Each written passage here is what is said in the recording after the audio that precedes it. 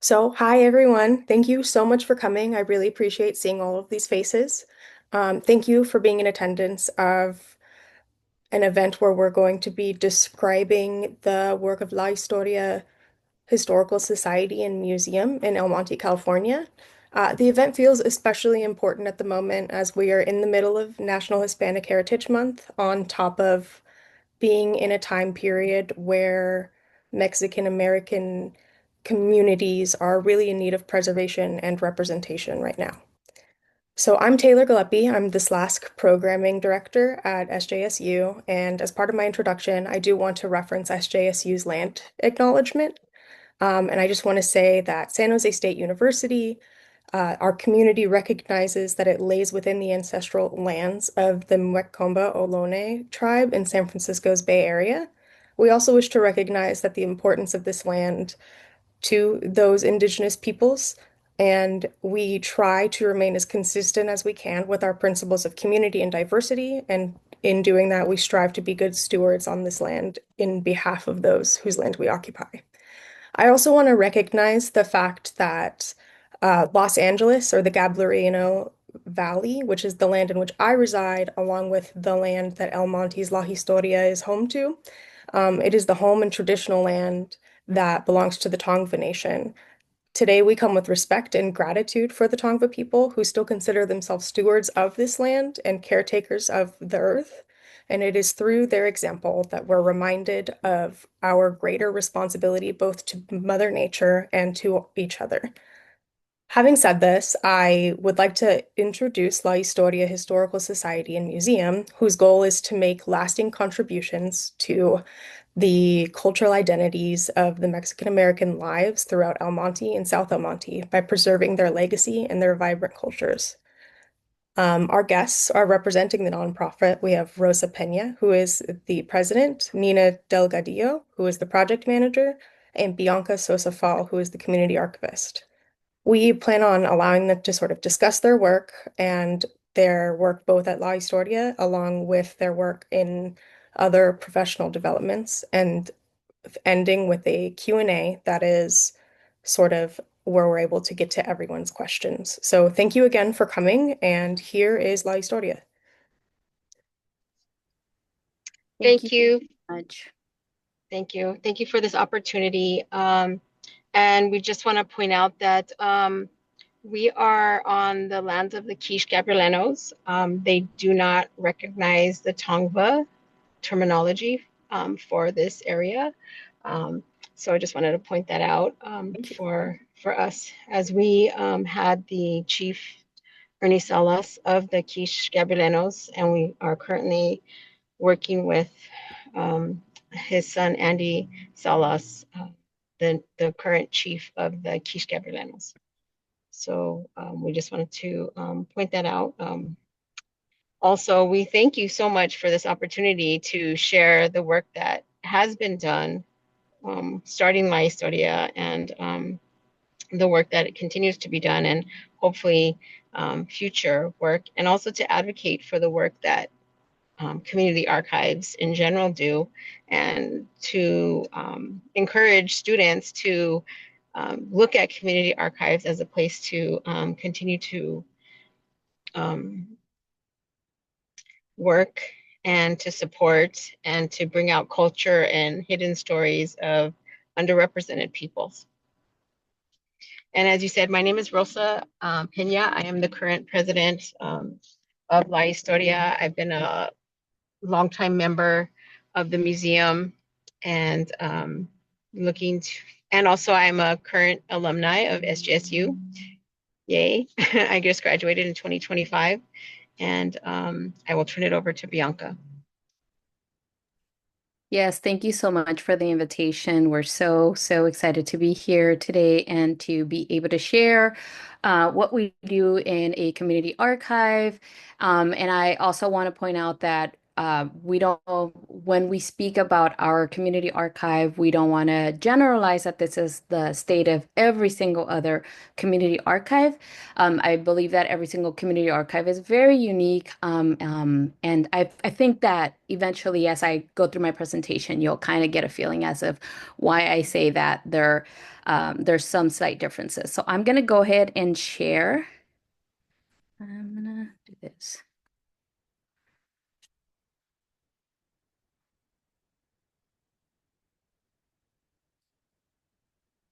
I'm gonna do that. I hope everybody could see. Can you guys see my screen? Sorry, I'm not able to see you It's guys. still loading. Yeah, it looks like it's loading for us. Okay.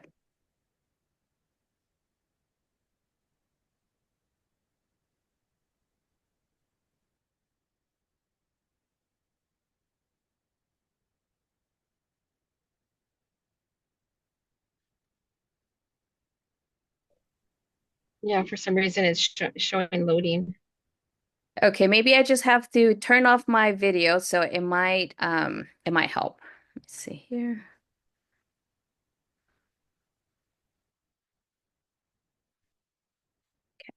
Let me do that.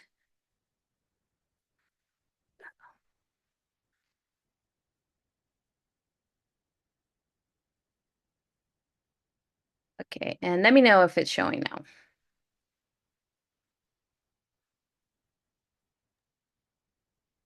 It's showing loading. It I looks like saw it it's for a second and then it went back to loading. Okay. It shows your screen, but it also shows like the previous slides and any notes and everything. Okay, so maybe what I need to do is do this. What about now? I'm able to see your screen right now. It's just, it looks like it's not in presentation mode yet, but I do see it. Okay, wonderful. So Okay, you're all set. now, okay, wonderful.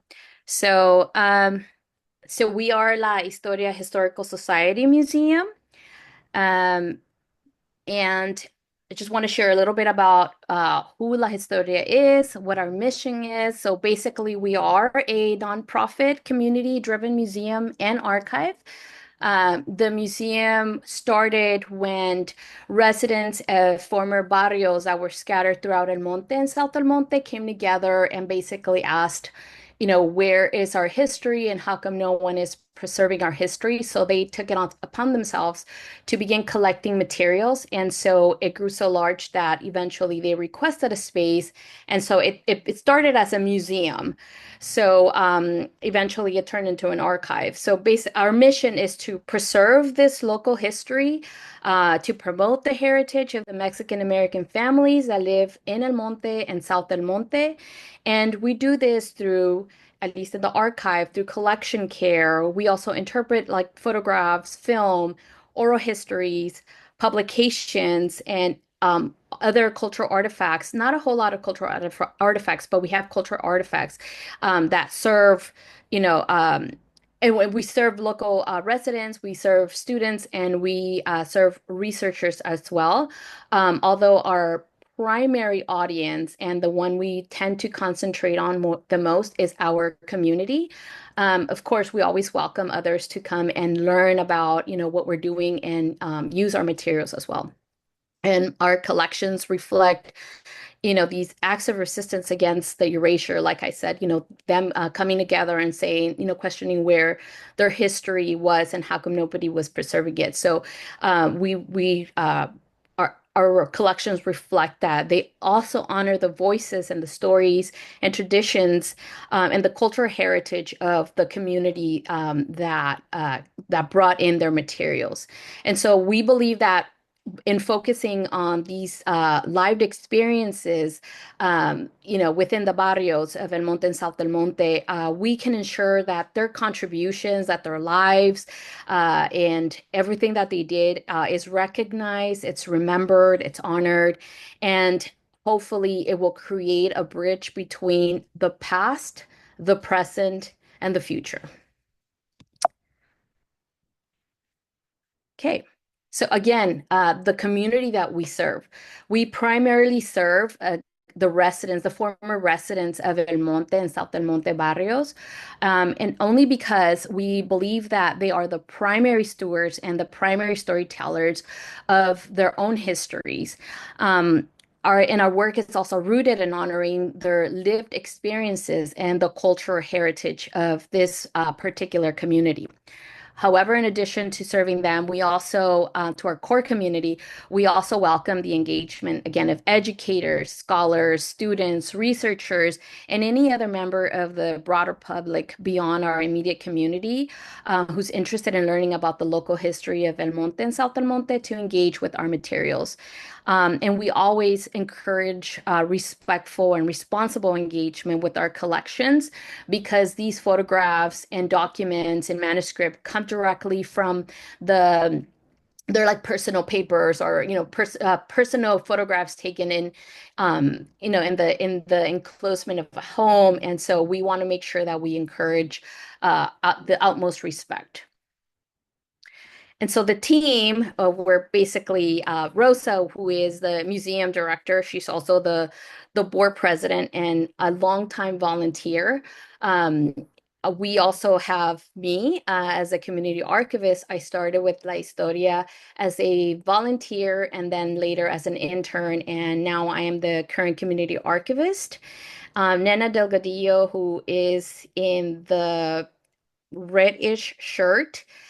She came in as a project manager because we are expanding, so we needed some help. And we have a lot of interns that come in and help, student interns, a lot of volunteers as well.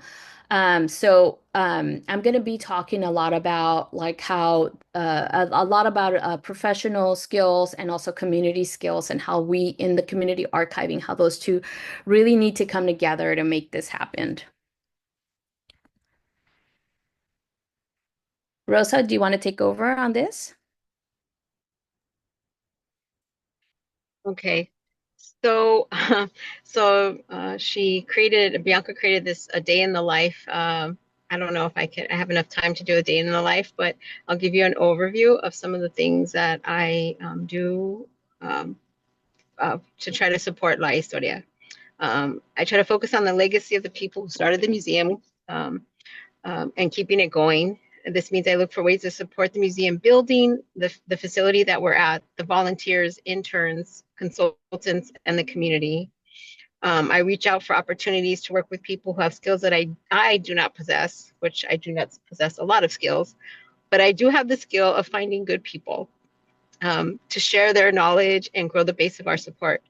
Moreover, we look to document the histories that are still untold from younger generations of this community, meaning we have a lot of documents, photographs from the early 1900s up to, the 50s and the 60s, but we're looking to like grow the archives from the 70s, 80s to present to capture experiences of people that are in the community now. And so part of my work is looking for people who can share their skills, people who can share their histories and stories, because that's what makes the archive. So it's a continuous ask for people to share, personal stories. Also, we want to also look for financial support, as you all will find out. That is a continuous work for community archives and even for institutions. They always are looking for ways to financially support the work that they're doing. Also, we want to, part of my time is to appreciate and advocate for the work the community does, the archivists do, and the volunteers, and to grow the community, to make it up of different people during different times. Some people can give weekly donations of time or skill. Some people, it's a one-time, this is what I can do, and we gladly accept that. Or it's, I'm thinking of this, let me share these ideas.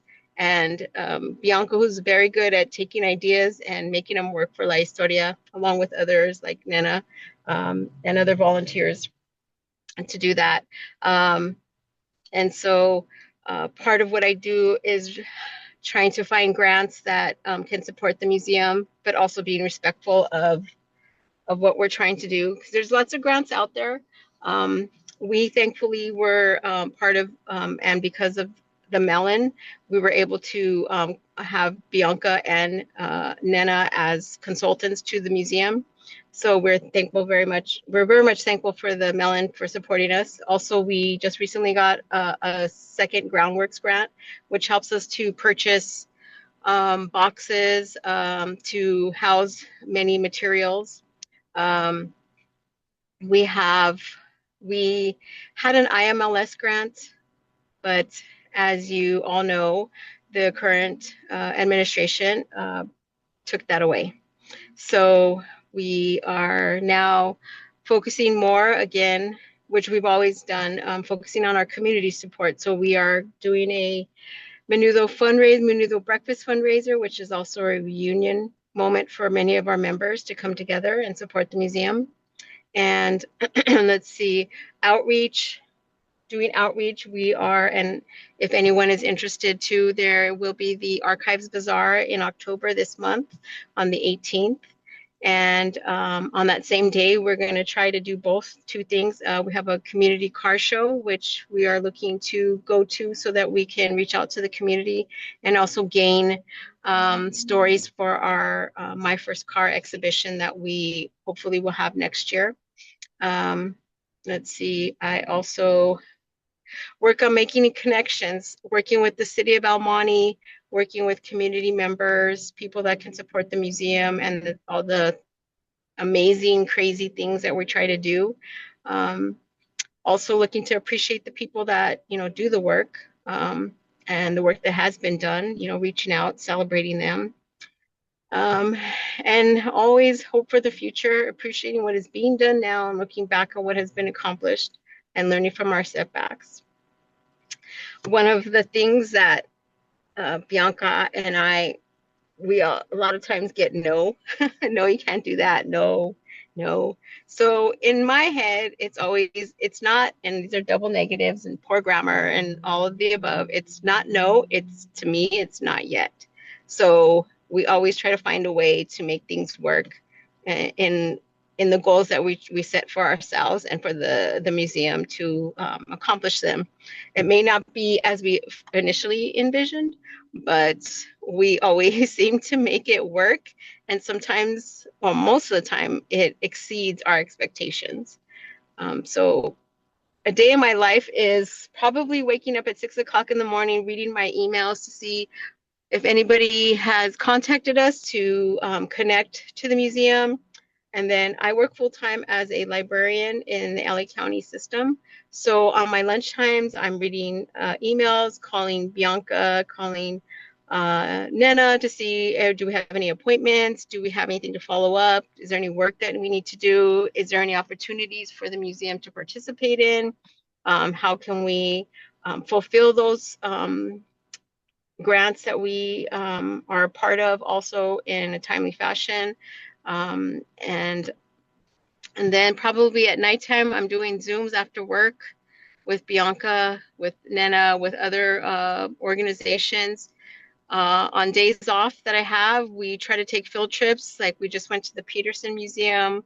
We've gone to the Huntington Museum. We've gone to the Getty Museum. And what I've tried to do is to ask them, it'd be great that we see your museum, but we want to see how you do the work you do to preserve the stuff. So we asked for the backside tour of the work that the people that are archivists, conservationists, or preservationists do, so that we can get an idea of what we can do at the museum to better protect and preserve the archives at La Historia.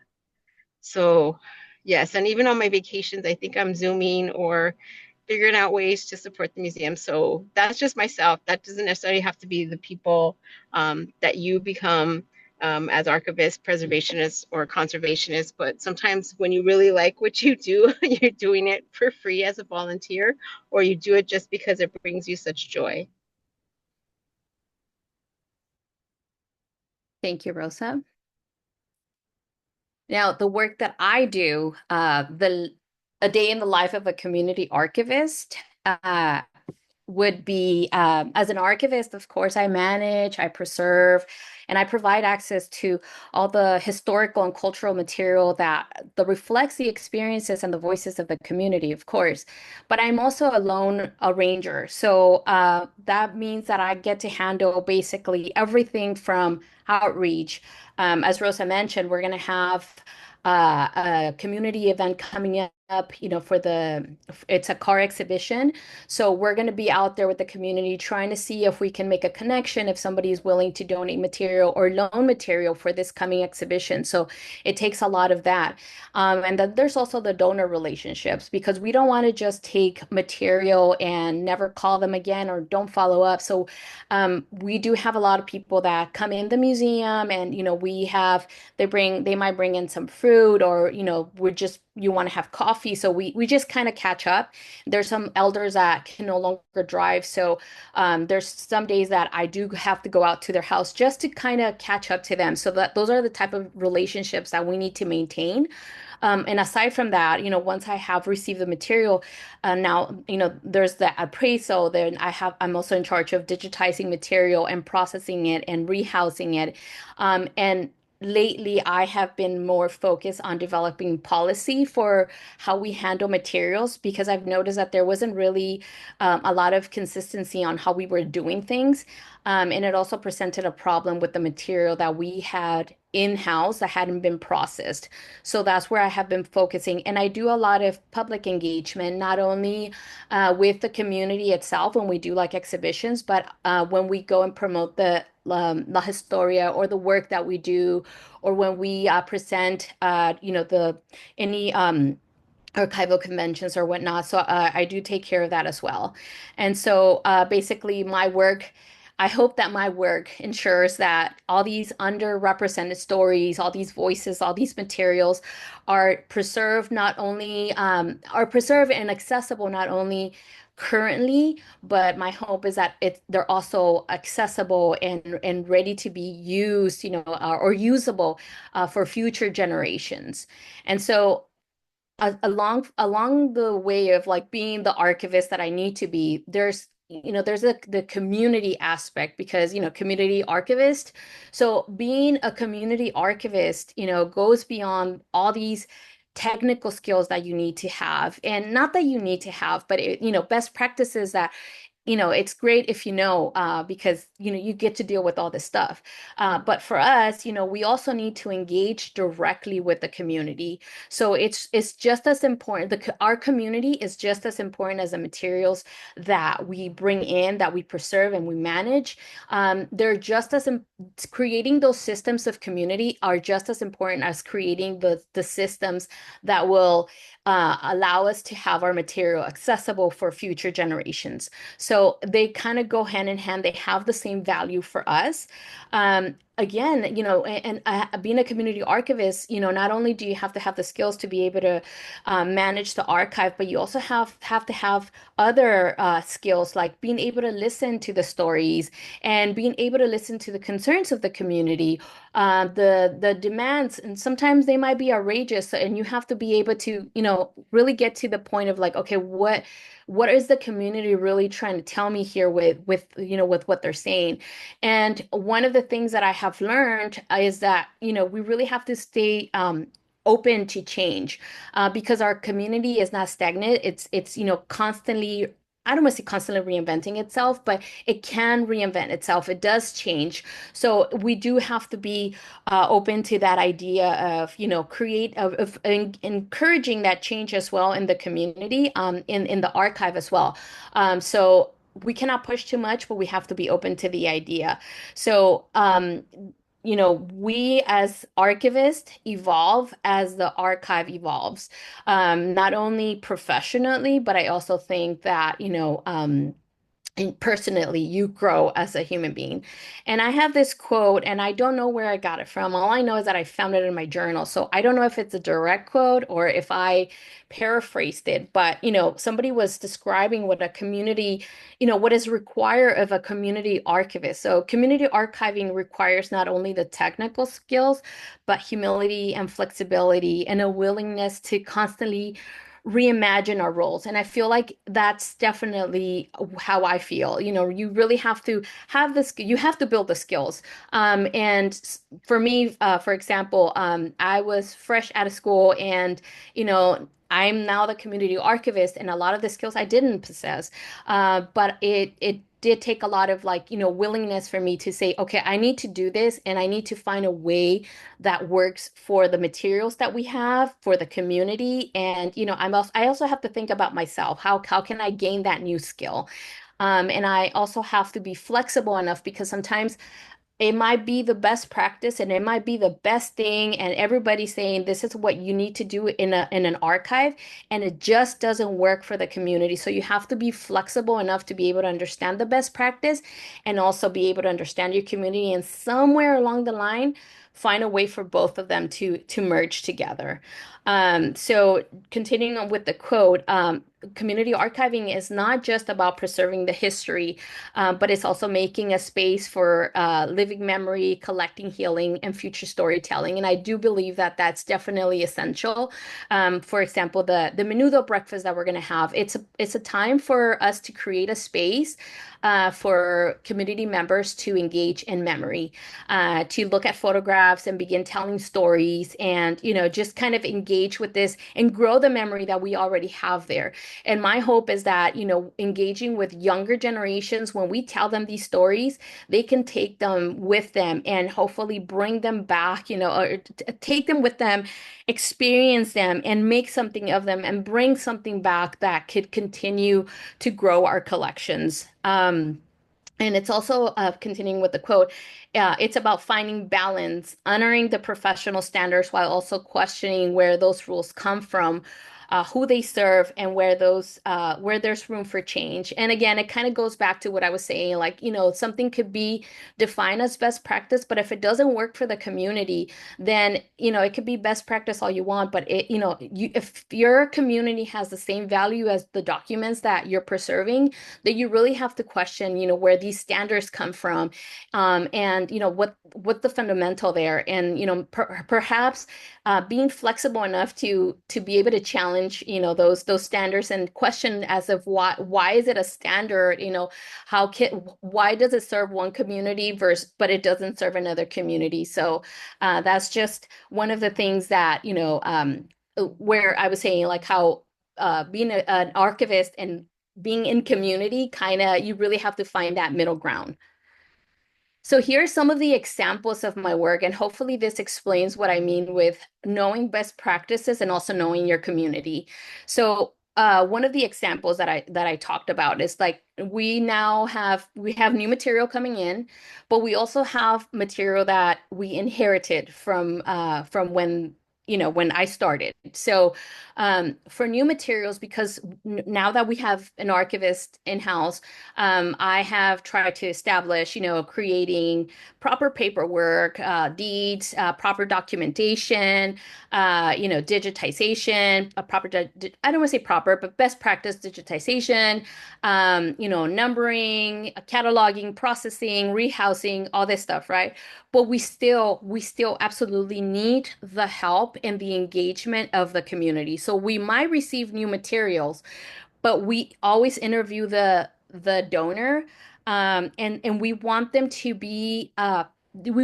feel as part of the archive. So they're not just donating material, they're also telling us about why was this photograph taken, why do you think it's important, tell me a story about it, and they can share whatever they as much as they like or as little as they like. And so what we do is we give them a temporary ID, and we collect as much information as we can, including names, dates, any context on the photograph, context on the donor, and then we create the collection. Now, for the materials that we've inherited, a lot of the times, these materials were given to the La Historia on a trust base. So it wasn't that they were perhaps, I don't know, I cannot say for sure that the material was donated or it wasn't donated, because we don't have any I don't want to say we don't have any. We might not have the proper documentation to state that the material was officially given to La Historia.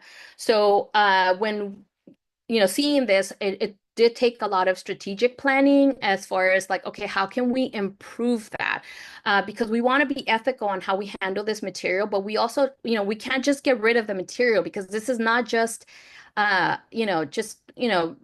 random collection that we don't know who it belongs to. And, we have like four of them or whatnot. So we really want to be mindful on how we handle the material. So a lot of the planning involved again including elders that might have been part of the La Historia when it first started, uh, or that um, or that might know who the people in the photograph is, or it can give us a little context.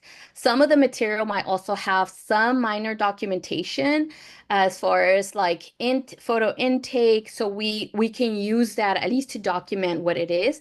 And then there's other photographs that where we only rely on the whatever's behind the photograph. And then there's other materials that have nothing. So those are kind of like those are now like, okay, what are we going to do with them? So, and just so you know, most of the material that we house is photographs, and that's why I'm speaking about photographs.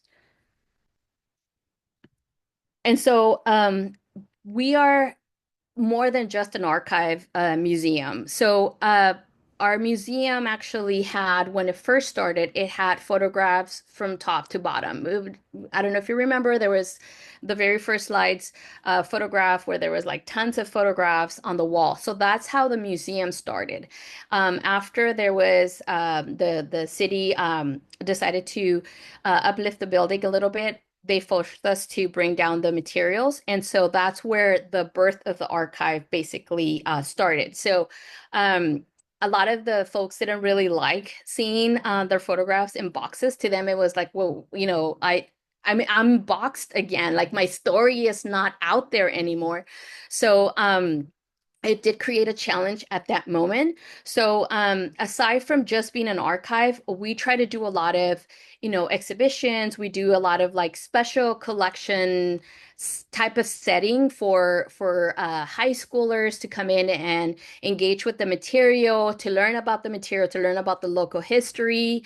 And then we also invite the community over for events like the Menudo Breakfast, so where they can, we have different photographs on the walls, and we have slideshows for them, and so they can still see that the material's not boxed away. The material is just being treated differently. Other programs that we do is, we might engage on some new stuff. For example, that the last photograph right over here, we try to do like the Day of the Dead. So try to see if they would engage with that or not. So we do a lot of testing in the community, and again, it goes back to like encouraging change or not encouraging change. And then other things that we do is because we don't want folks thinking that the box equals silence. We do a lot of we teach the community about what is an archive, how to treat your materials, how to care for your materials. We do a lot of oral histories that will bring in more knowledge in the archive, and we do a lot of engaging with the community as far as you know take care of or engage with what we're doing in the archive as far as like appraising the material. What do you want in the archive versus what you don't want in the archive? And, like I said, as a student, I had no knowledge of this. So I did had to rely heavily on other archivists, other conservators that had more knowledge than I did. And so if we were to teach the community, then we had to be taught ourselves, and we had to learn those best practices and then sort of translate them in ways that where our community was comfortable with. So we've brought in and we've partnered with a lot of different archives, big archives that have helped us either preserve material that has been deteriorated, and has they have also taught us on how to care for materials. And so then we turn around and we can either partner with them and teach the community some of the stuff that we're learning. So we do a lot of that. So we constantly have to be teaching ourselves new stuff. And then I also feel like we've also learned a lot from the community, the founders that started the archive. So they thought about, I'm not going to let this material go to, I'm not going to let my history die. They thought about, the silences that, that was happening, and they really fought against that. And they also came together and they partnered with so many people and they did extraordinary things. So we learned from them. They were the first archivists, even though they didn't have a title of archivist. They archived, they collected material, they wrote down a lot of the stuff. They created this community, and they basically created the foundation of what the archive is today. So we've definitely learned from them, and we merged those two together. And talking about, partnering with different archivists, we cannot forget that we also have another community, and that's the archival community, and that we can rely on them, that we can learn from them, that we can ask them, how do you do this? I have this issue. What systems do you use? How do you process material? I want to apply for this. I don't know how to write a grant. And so a lot of these people have been able to help us. So we really could not have done it without them. So I wanted to use this page to really thank them, and to let you guys know that networking is not just about getting to know people. It's also about learning their skills. And I have not met one archivist or one conservator that is not willing to share a resource or knowledge. So thank you very much. That's all for us. I will stop sharing and turn on my camera. Maybe I should leave the emails there in case somebody wants to contact us.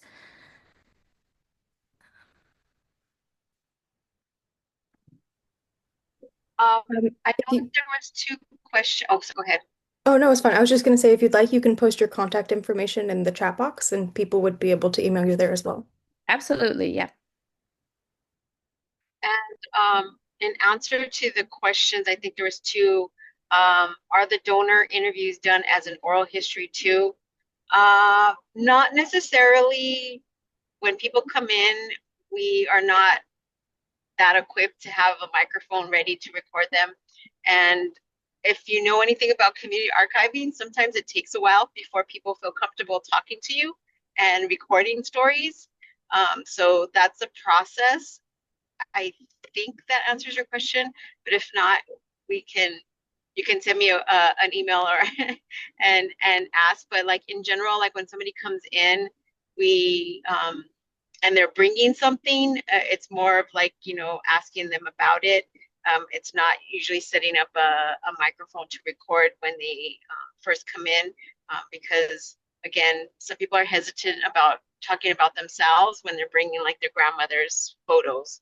And then on the other side, we have people that love to talk about themselves. And I don't mean like in an egotistical way, but just like their history and stuff. And then we try to make appointments for them to come in to record the history if they're comfortable with that. In regards to the Almani Historical Museum, we are in collaboration in that sometimes we share, like if somebody comes to us and they're looking for something that we do not have, as in it might be one of the people that they're not Mexican American or Native American or Japanese American. They're looking for something to do with like the Anglo money. We refer them to the Almani Historical Museum because they tend to have more documentation in regards to like the city, like maps and boundaries and histories of people that had money or owned businesses at that museum. This museum is community organized. They started it themselves. They found a spot. They put up the walls. They put up the photos. They found their people to come in and bring their documents. But at the same time, we do have a good working relationship with the Almani Historical Museum. very good. They support us too. But that is about to us too. If there's like, we're looking for the Chavez family, they most likely won't have that in their museum, and they'll refer them to the La Historia to come in and see what we have in our archives. Again, I hope that answers your question. Yeah, and I can add a little bit to the first question. And yeah, we definitely do not record. We do have oral history interviews. We have different ongoing projects. For example, like the Barrio Stories, we have My First Car, oral history, we have Women of Almani, and we are going to be working on a veteran oral history project. So when it comes time to record, we actually invite them. Would you like to share your story with me? A lot of people don't like being recorded, or they just become, just really shy. So we don't record. What we do record is any information that they tell us. And it's we don't if it might be a bit too sensitive, we're always aware of, we always ask them, are you sure you want us to keep this information here? And a lot of the times, they'll say, I actually no, I just because we have to build like people will not bring in material. For example, I'm not from Amani. I have to build that relationship. So once I build that relationship, then they trust me enough to start bringing material. So they might bring like 10 photographs first. And then they might bring like more documents, so they start growing their own collection. So as time, starts going, we built this relationship. So at times they might forget that I'm a community archivist, and they might tell me something very deep. So I really have to be cautious about what's included in the archive, because we don't want to include their whole life, not because we don't want to, but it's just not, I don't think it's ethical to do that. So we have to be very cautious about, what we include and how we include it.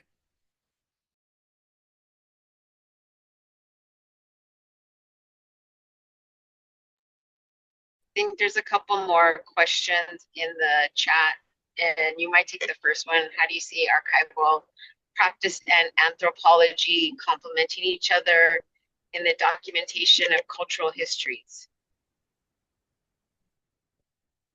Again, it goes back to, I feel that we really have to know the skills to be able to transcribe them into methods that work for the community. So if there's like if you're in the anthropology field, right? I know that there's a lot of observation, a lot of ethnography, a lot of, interviewing, a lot of, collecting materials. Um, I think that there's always an ethical side to doing things, and it's like where the priorities stand, right? If you For us, again, it's like we do 50-50. For us, not resources, materials and community have the same value. So it might not be the same for other communities, or it might not be the same for other archives as well, where the material is priceless and we just want people to engage. But that's it. Or I guess it's like, with what mentality are you approaching this? I think they can complement each other. Absolutely 100%. It's just how you implement it. And then the second question, what kinds of skills are you looking for in volunteers and supporters? I'm thinking about what electives might be more or less helpful.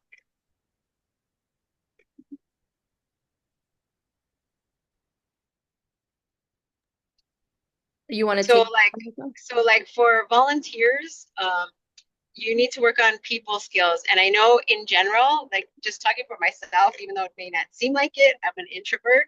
So you have to learn how to connect with other people. And it may be difficult because working in archives, you think you may be like in a dark room, cold with papers and documents. And, that's the dream of a lot of people, to work with the documents.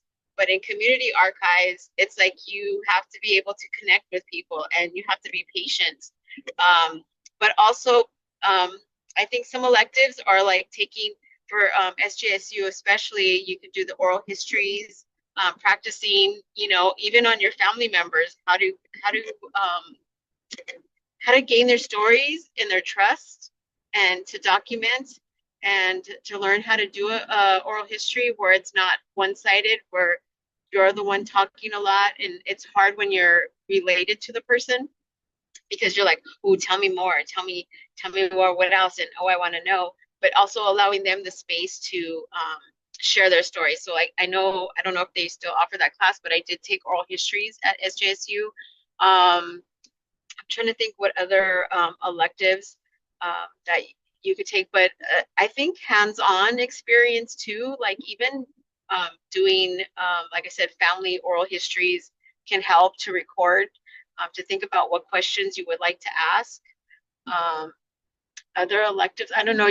Bianca went to UCLA, and I was all over the place when I was doing my electives for SGSU. So uh, I know they still offer the Mara, um, and I mean, we don't require that at La Historia, and it depends on also where you're applying to. If you're going to a bigger institution, I'm sure a lot of it is experience, that you have to have, like hands-on experience, looking at paper documents, looking at rare books, looking at objects, materials, if you're doing like conservation work. Um, and I think like at La Historia, you have to, not have to, but it's helpful to have a knowledge of all things. So like they tell you, what is it? You're a master of none, but you kind of like know, I forget what the saying is, but like you know a little bit about everything, so that at least you have the curiosity to, like, if something comes up, you can try to find out, and also being resourceful. So I want to say like customer service skills, um, being able to talk to other people, being curious to ask them about their work. Um, and I'm trying to think what other electives have been. It's been less than a year, or no, maybe it has been a year since I got my degree, and I've already forgotten what classes I took. So, but I would say, um, communication, and resourcefulness. Sometimes the people you think um, they wouldn't have any connection to what you're doing, they could have a connection. I mean, I tend to ask everybody, and I tend to think, how can this person help me support the museum? It could be somebody that is an electrician. Would you be able to donate some time to, hook up this? It could be someone that knows technology. And can you help us figure out how to, connect something like our system that we have? We purchased a podcast set so that we can record histories, not so much to do a podcast, but so that we can record histories. And having help to set it up and things like that. So I think resourcefulness, and I think I went off on a tangent, so I'll come back. Yeah, if for skills to work at La Historia, I don't think we've ever requested specific skills, but just like Rosa was mentioning, any skill is a skill, and we don't know if we need it until we actually need it. So if you want to volunteer, email Rosa or email myself, and just tell us a little bit of what you've done, and I can assure you we're all gonna find like, oh my gosh, you're the perfect candidate for this project that we have going. But if you're like, I actually don't want to work on the skills that I already have, I actually want to learn more on the archival side, we can also find projects. I really try to work with the students when it comes to what they want, what they have in mind and what our needs are, and we try to meet them halfway. So, say if you want to work on, I want to learn how to rehouse materials, then we can find a project for you. So that's that. And then there's another question about last month I was able to attend Saving Our Stories Community Archives and Why We Need Them. Romeo Guzman and Caribbean Fregosa from the Southern Monte Arts Posy mentioned that that they had worked with La Historia. Can you elaborate on the importance of collaboration with other community partners? me personally, I feel that collaboration is so important. Again, because we've collaborated with a lot of different archives and a lot of people that we thought they would not collaborate with us.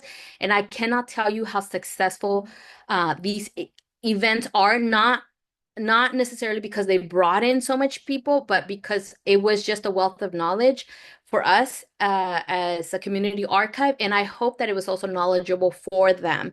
So for me, I've always tried to push collaboration. I know we're going to be collaborating with Postal Service for the Dead for the celebration of life that we're going to be having. But I'm always pushing for collaboration with different community partners. I haven't had the pleasure to collaborate with them. If they collaborated with La Historia, it was definitely before my time. Yes, we work with different organizations. I mean, we try to attend different events, college.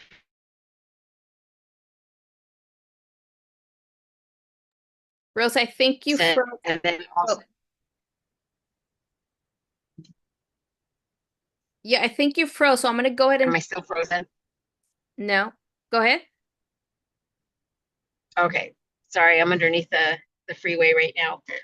Yeah, so we try to collaborate as much as we can with people that come in. I know South Amani Posse, they have done a lot of great work.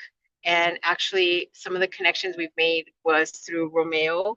And Yes, so we've done different things at different times with different organizations. And like Bianca says, we try to learn from them. And also we hope that they learn, from the work that they've done too. And I think we're at 4:55. So if there's any questions or if there's anything we need to do, let us know. Sorry, I was muted. I want to answer one more question.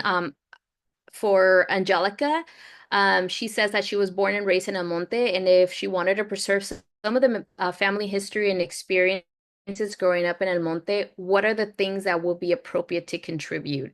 Um, we take photographs, we take any documents, we take artifacts. It has to be related to El Monte and South El Monte. Of course, we don't, our space is so tiny. I know that somebody donated a massive machine because they were like a shoemaker, and we just couldn't take it. So being mindful of the space and also being mindful of what we're able to preserve and process. If you want to speak to me or Rosa and just kind of send us like a list of like these are the materials that I would like to donate, I think we can answer that a little better. And I think there's one more question for you, Rosa. I was curious, knowing Rosa also works in a public library, are there ways La Historia is tandem with PLS? Sorry, tandem with PLS. Public libraries. Public libraries. It's just asking between public libraries and La Historia if there's anything that you wanted to sort of send students off with it as a new way to think about their program that you might not expect. With public library, well, it depends on the public library system because some they do have special collections and way to continue to do like specialized work, like historical work. But not all libraries have a set aside archive. But that's not to say that you can't create it, depending on what public library you are at and what city you're at. For the county, they have 4 resource centers. They're not so much an archive as a special collection. So it would be hard to say for the county. For uh, LA Public Library, it might be different because they have a archive there. They do archive maps and have documentations for the city of Los Angeles. So that's not to say that you cannot go into public library and work in a archive. So it's a possibility. So a library degree can do a lot. It's just sometimes we don't realize it. I don't know if that answered the. I think it did. I do want to thank you both so much for coming. We have 2 minutes left, and so it's probably best to hold any other questions. But if there's anything that you would like to sort of impart as a goodbye, if there's any events coming up with La Historia or just anything you would like to say before you head off, I believe we're all set on our end. And again, thank you both to you both for speaking and for everyone to coming and listening. No, thank you. And if you guys have any questions, please don't hesitate, reach out. Yes, thank you so much, and good luck to you in your endeavors as a librarian in whatever area that you choose to work in.